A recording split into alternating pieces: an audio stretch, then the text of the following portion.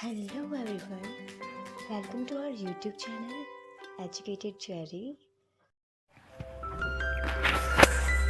चलिए सुनते हैं मुंशी प्रेमचंद जी द्वारा लिखी कहानी बूढ़ी काकी।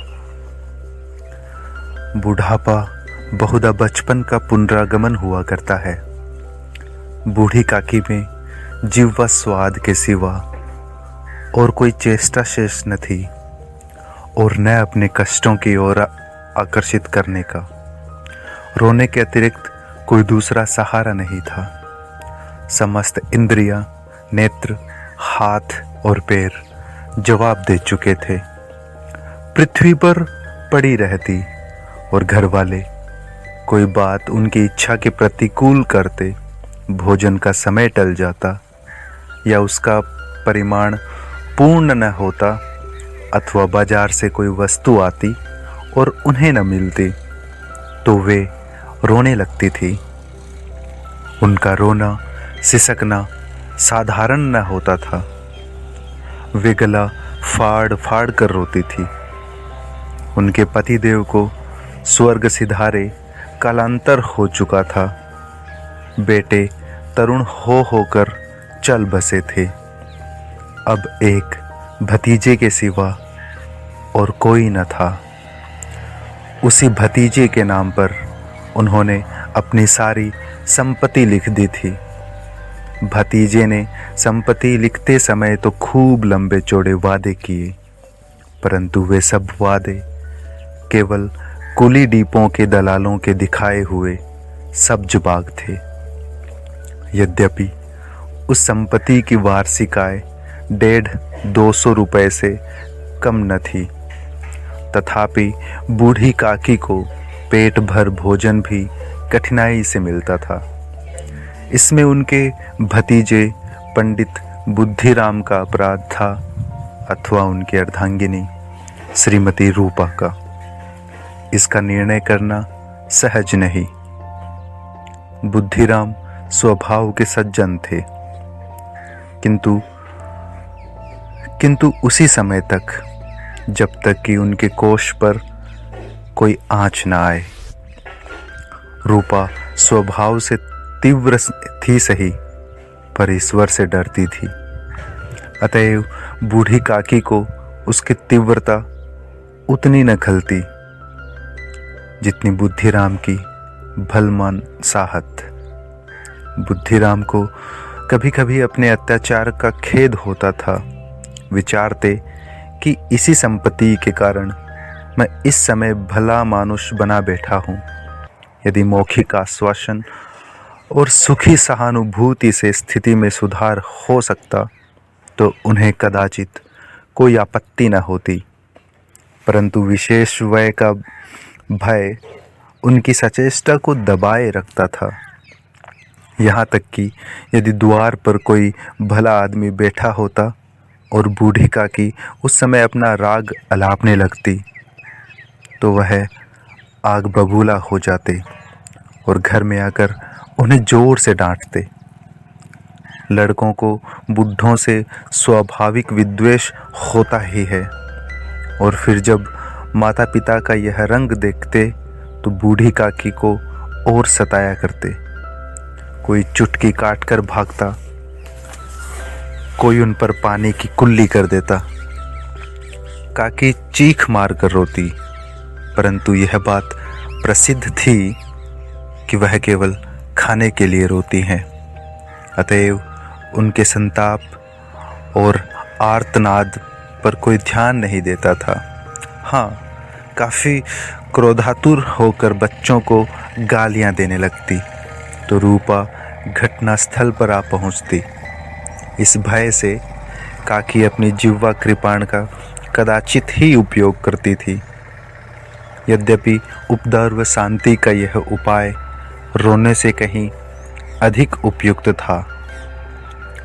संपूर्ण परिवार में यदि काकी से किसी का अनुराग था तो वह बुद्धिराम की छोटी लड़की लाडली थी।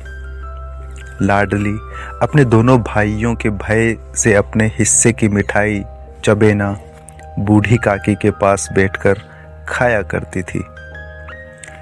यही उसका रक्षागार था। और यद्यपि काकी की शरण उनकी लोलुपता के कारण बहुत महंगी पड़ती थी, तथापि भाइयों के अन्याय से कहीं सुलभ थी। इसी स्वार्थानुकूलता ने उन दोनों में सहानुभूति का आरोपण कर दिया था। रात का समय था। बुद्धिराम के द्वार पर शहनाइयां बज रही थी और गांव के बच्चों का झुंड विस्मयपूर्ण नेत्रों से गाने का रसास्वादन कर रहा था। चारपाइयों पर मेहमान विश्राम करते हुए नाइयों से मुक्कियां लगवा रहे थे। समीप ही खड़ा हुआ भाट बिरदावली सुना रहा था और कुछ भावज्ञ मेहमानों की वाह वाह पर ऐसा खुश हो रहा था मानो इस वाह वाह का यथार्थ में वही अधिकारी है। दो एक अंग्रेजी पढ़े हुए नवयुवक इन व्यवहारों से उदासीन थे। वे इस गंवार मंडली में बोलना अथवा सम्मिलित होना अपनी प्रतिष्ठा के प्रतिकूल समझते थे। आज बुद्धिराम के बड़े लड़के सुखराम का तिलक आया है। यह उसी का उत्सव है। घर के भीतर स्त्रियां गा रही थी और रूपा मेहमानों के लिए भोजन के प्रबंध में व्यस्त थी। भट्टियों पर कड़ाह चढ़ रहे थे। एक में पूड़ियाँ कचौड़ियाँ निकल रही थी, दूसरे में अन्य पकवान बन रहे थे। एक बड़े हंडे में मसालेदार तरकारी पक रही थी। घी और मसाले की क्षुधावर्धक सुगंध चारों ओर फैली हुई थी। बूढ़ी काकी अपनी कोठरी में शोकमय विचार की भांति बैठी हुई थी। यह स्वाद मिश्रित सुगंध उन्हें बेचैन कर रही थी। वे मन ही मन विचार कर रही थी, संभवतः मुझे पूड़ियाँ न मिलेंगी। इतनी देर हो गई, कोई भोजन लेकर नहीं आया। मालूम होता है सब लोग भोजन कर चुके हैं। मेरे लिए कुछ न बचा। यह सोचकर उन्हें रोना आया, परंतु अपशकुन के भय से वह न रो सकी। आहा, कैसी सुगंधी है! अब मुझे कौन पूछता है? जब रोटियों के ही लाले पड़े तब ऐसे भाग्य कहाँ कि भर पेट पूड़ियाँ मिले। यह विचार कर उन्हें रोना आया।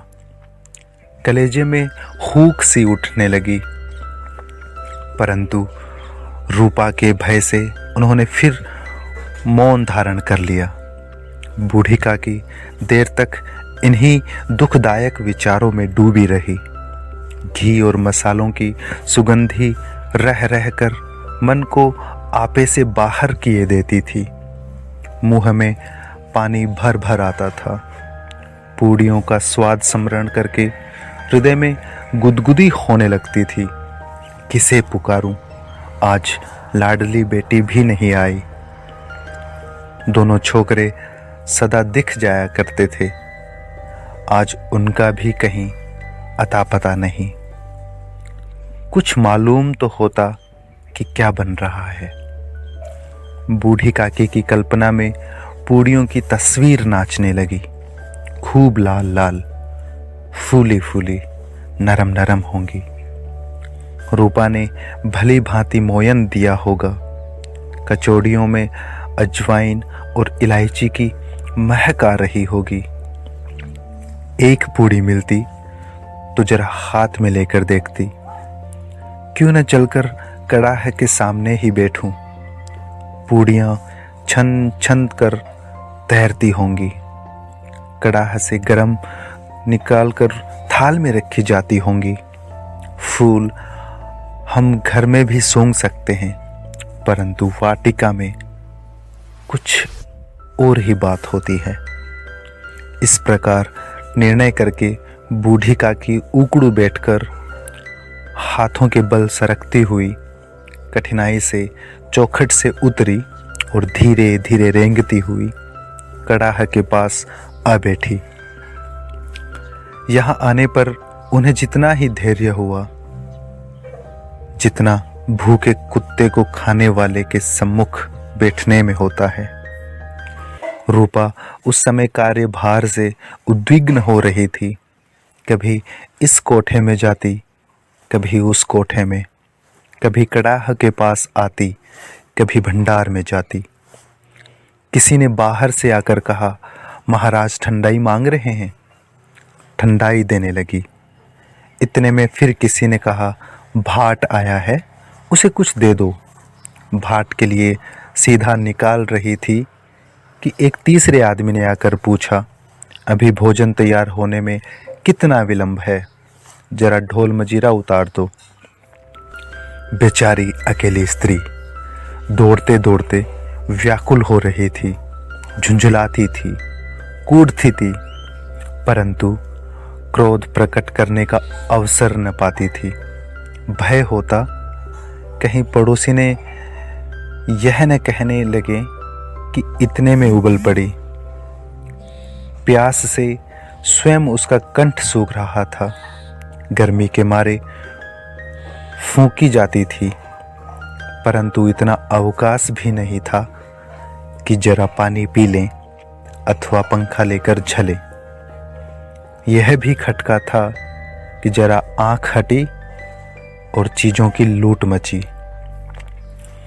इस अवस्था में उसने बूढ़ी काकी को कड़ाह के पास बैठी देखा तो जल गई। क्रोध ने रुक सका, उसका भी ध्यान न रहा कि पड़ोसी ने बैठी हुई मन में क्या कहेंगी। पुरुषों में लोग सुनेंगे तो क्या कहेंगे। जिस प्रकार मेंढक केंचुए पर झपटता है, उसी प्रकार वह बूढ़ी काकी पर झपटी और उन्हें दोनों हाथों से झटक कर बोली, ऐसे पेट में आग लगे, पेट है या भाड़? कोठरी में बैठते हुए क्या दम घुटता है? अभी मेहमानों ने नहीं खाया, भगवान को भोग नहीं लगा, तब तक धैर्य न हो सका, आकर छाती पर सवार हो गई। जल जाए ऐसी जीभ, दिन भर खाती न होती तो न जाने किसके हांडी में मुंह डालती। गांव देखेगा तो कहेगा कि बुढ़िया भर पेट खाने को नहीं पाती, तभी तो इस तरह मुंह बाए फिरती है। डायन न मरे न माचा छोड़े, नाम बेचने पर लगी है, नाक कटवा कर दम लेगी। इतना ठूंसती है न जाने कहाँ भस्म हो जाता है। लो, भला चाहती हो तो जाकर कोठरी में बैठो, जब घर के लोग खाने लगेंगे तब तुम्हें भी मिलेगा। तुम कोई देवी नहीं हो कि चाहे किसी के मुंह में पानी न जाए, परंतु तुम्हारी पूजा पहले ही हो जाए। बूढ़ी काकी ने सिर न उठाया, न रोई न बोली, चुपचाप रेंगती हुई अपनी कोठरी में चली गई। आघात ऐसा कठोर था कि हृदय और मस्तिष्क की संपूर्ण शक्तियां, संपूर्ण विचार और संपूर्ण भार उसी ओर आकर्षित हो गए थे। नदी में जब कगार का कोई वृहत खंड कट कर गिरता है तो आसपास का जल समूह चारों ओर से उसी स्थान को पूरा करने के लिए दौड़ता है। भोजन तैयार हो गया, आंगन में पत्तल पड़ गई, मेहमान खाने लगे। स्त्रियों ने जेवनार गीत गाना आरंभ कर दिया। मेहमान के नाई और सेवकगण भी उसी मंडली के साथ, किंतु कुछ हटकर भोजन करने बैठे।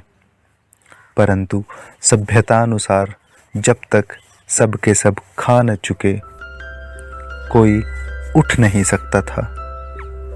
दो एक मेहमान जो कुछ पढ़े लिखे थे, सेवकों के दीर्घाहार पर झुंझला रहे थे। वे इस बंधन को व्यर्थ और बेसिर पैर की बात समझते थे। बूढ़ी काकी अपनी कोठरी में जाकर पश्चाताप कर रही थी कि मैं कहां से कहां गई। उन्हें रूपा पर क्रोध नहीं था, अपनी जल्दबाजी पर दुख था। सच ही तो है, जब तक मेहमान लोग भोजन न कर चुकेंगे, घर वाले जैसे खाएंगे, मुझसे इतनी देर भी नहीं रहा गया। सबके सामने पानी उतर गया। जब तक कोई बुलाने न आएगा न जाऊंगी। मन ही मन इसी प्रकार का विचार कर वह बुलावे की प्रतीक्षा करने लगी।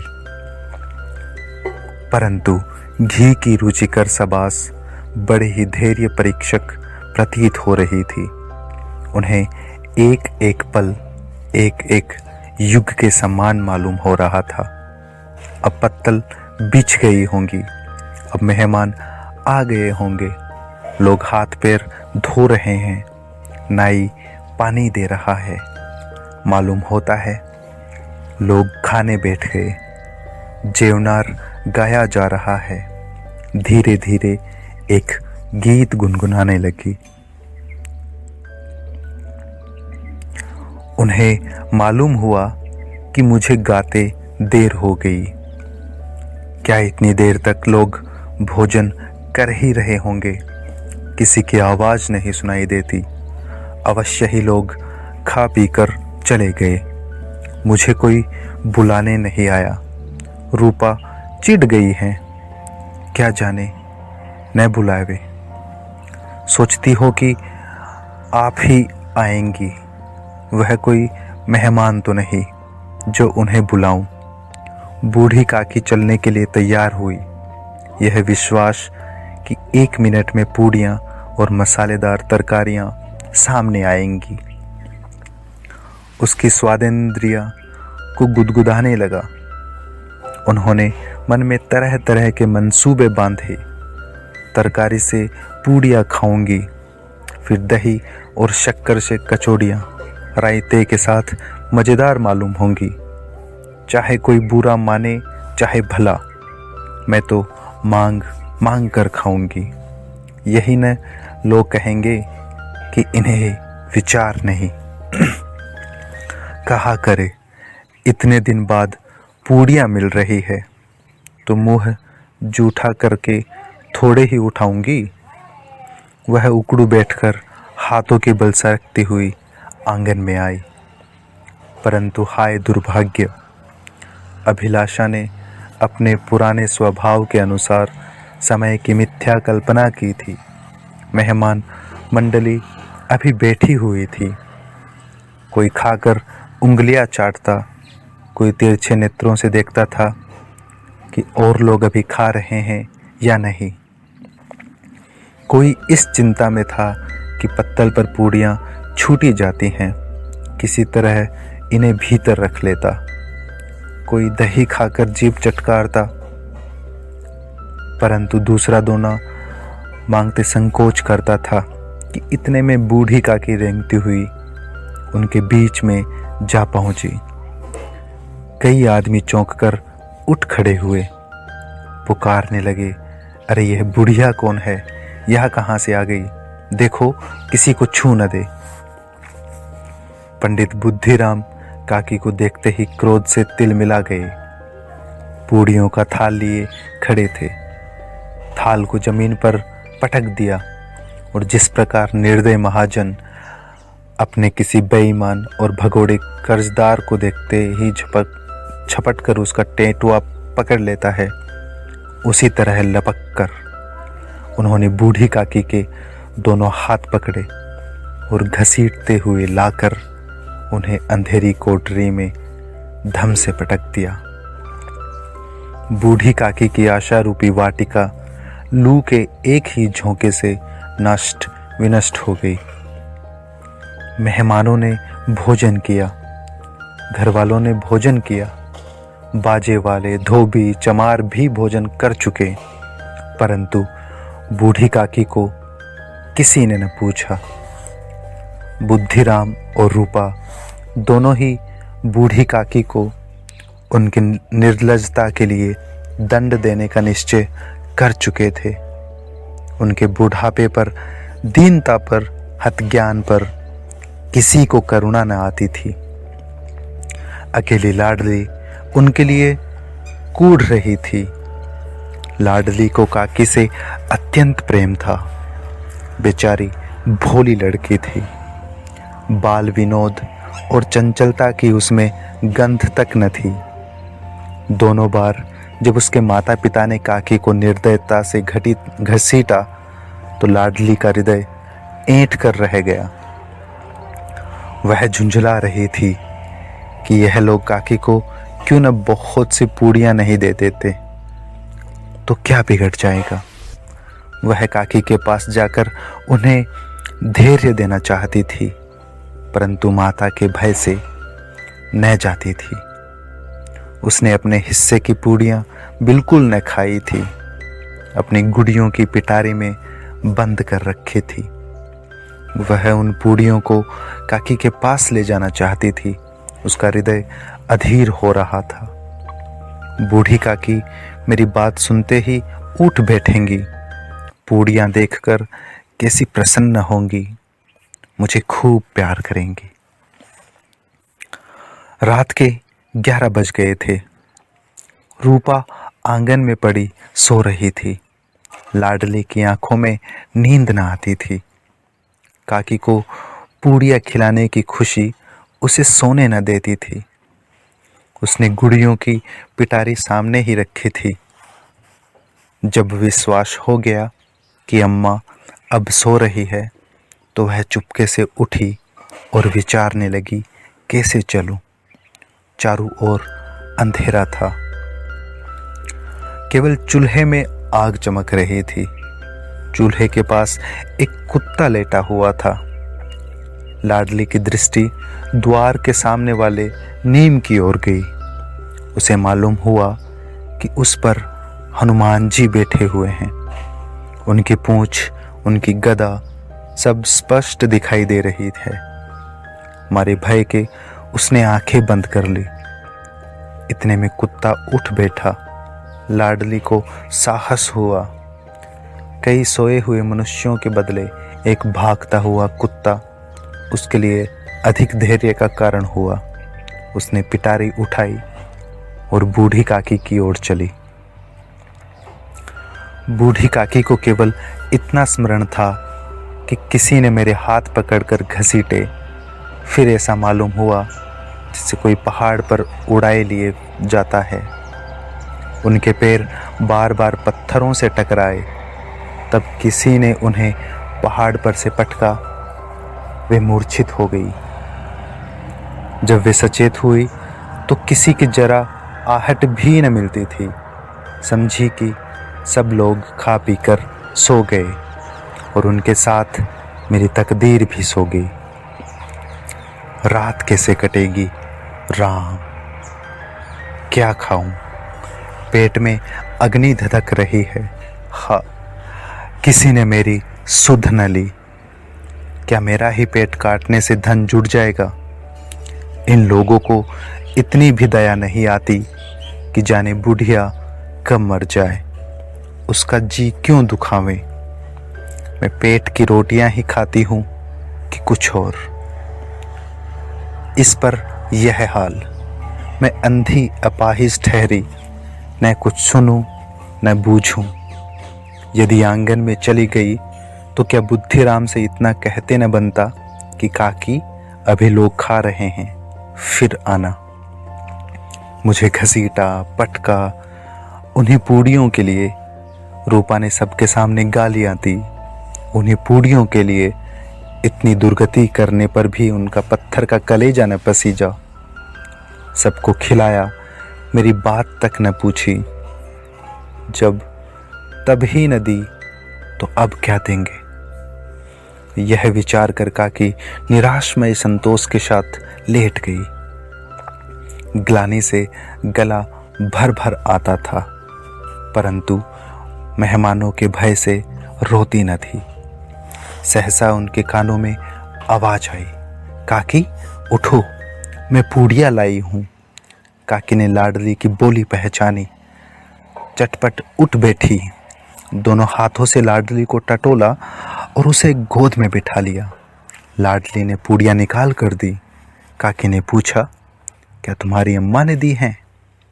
लाडली ने कहा, नहीं, यह मेरे हिस्से की हैं। काकी पूड़ियों पर टूट पड़ी। 5 मिनट में पिटारी खाली हो गई।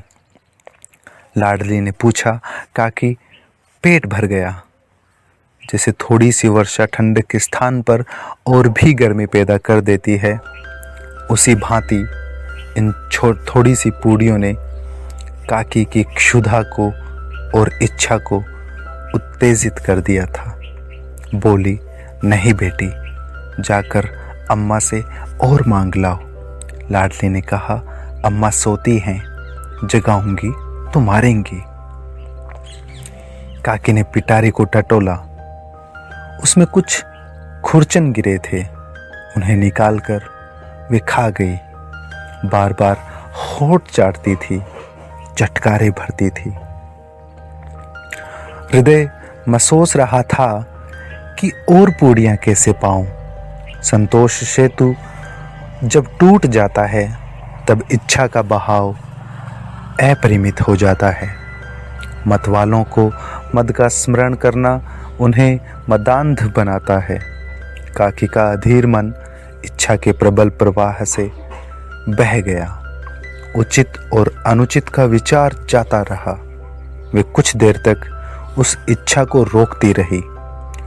सहसा लाडली से बोली, मेरा हाथ पकड़कर वहां ले चल जहां मेहमानों ने बैठकर भोजन किया है। लाडली उनका अभिप्राय न समझ सकी। उसने काकी का हाथ पकड़ा और ले जाकर जुट्ठी पत्तलों के पास बैठा दिया।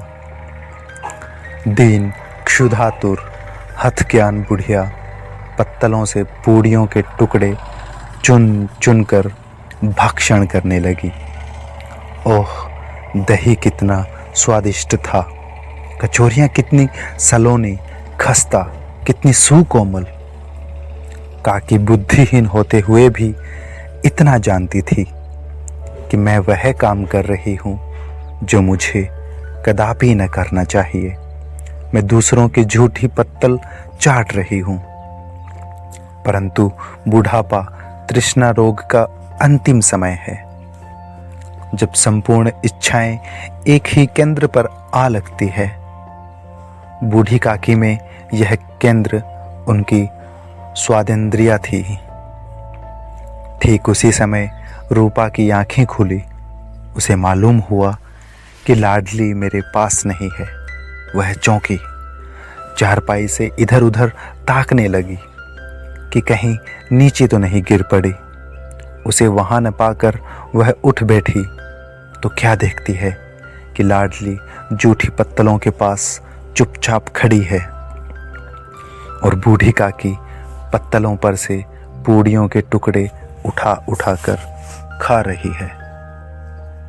रूपा का हृदय सन्न हो गया। किसी गाय की गर्दन पर छुरी चलते देखकर जो अवस्था उसकी होती, वही उस समय हुई।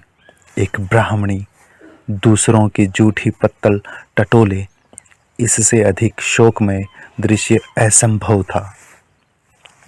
पूड़ियों के कुछ ग्रासों के लिए उसकी चचेरी सास ऐसा पतित और निकृष्ट कर्म कर रही है। यह वह दृश्य था जिसे देखकर देखने वालों के हृदय कांप उठते हैं। ऐसा प्रतीत होता मानो जमीन रुक गई, आसमान चक्कर खा रहा है, संसार पर कोई नई विपदा आने वाली है। रूपा को क्रोध न आया। शोक के सम्मुख क्रोध कहाँ? करुणा और भय से उसकी आंखें भर आई। इस अधर्म के पाप का भागी कौन है? उसने सच्चे हृदय से गगन मंडल की ओर हाथ उठाकर कहा, परमात्मा, मेरे बच्चों पर दया करो। बस अधर्म का दंड मुझे मत दो, नहीं तो मेरा सत्यानाश हो जाएगा। रूपा को अपने स्वार्थपरता और अन्याय इस प्रकार प्रत्यक्ष रूप में भी न देख पड़े थे। वह सोचने लगी, हाय कितनी निर्दयी हूँ, जिसकी संपत्ति से मुझे 200 रुपये वार्षिक आय हो रही है, उसकी यह दुर्गति और मेरे कारण। हे दयामय भगवान, मुझसे बड़ी भारी चूक हुई है, मुझे क्षमा करो। आज मेरे बेटे का तिलक था। सैकड़ों मनुष्यों ने भोजन पाया। मैं उनके इशारे की दासी बनी रही, अपने नाम के लिए सैकड़ों रुपए व्यय कर दिए, परंतु जिसकी बदौलत हजारों रुपए खाए, उसे इस उत्सव में भी भरपेट भोजन न दे सकी। केवल इसी कारण तो वह वृद्धा असहाय है। रूपा ने दिया जलाया, अपने भंडार का द्वार खोला और एक थाली में संपूर्ण सामग्रियां सजाकर लिए हुए बूढ़ी काकी की ओर चली। आधी रात जा चुकी थी। आकाश पर तारों के थाल सजे हुए थे और उन पर बैठे हुए देवगण स्वर्गीय पदार्थ सजा रहे थे, परंतु उनमें किसी को वह परमानंद प्राप्त न हो सकता था जो बूढ़ी काकी को अपने सम्मुख थाल देखकर प्राप्त हुआ। रूपा ने कंठावृद्ध स्वर में कहा, काकी उठो, भोजन कर लो। मुझसे बड़ी भूल हुई, उसका बुरा न मानना। परमात्मा से प्रार्थना कर दो कि वह मेरा अपराध क्षमा कर दे। भोले भाले बच्चों की भांति जो मिठाइयाँ पाकर मान और तिरस्कार सब भूल जाता है, बूढ़ी काकी वैसे ही सब भुलाकर बैठी हुई खाना खा रही थी। उनके एक एक रोए से सच्ची सदिच्छाएं निकल रही थी और रूपा बैठी स्वर्गीय दृश्य का आनंद लेने में निमग्न थी। बूढ़ी काकी।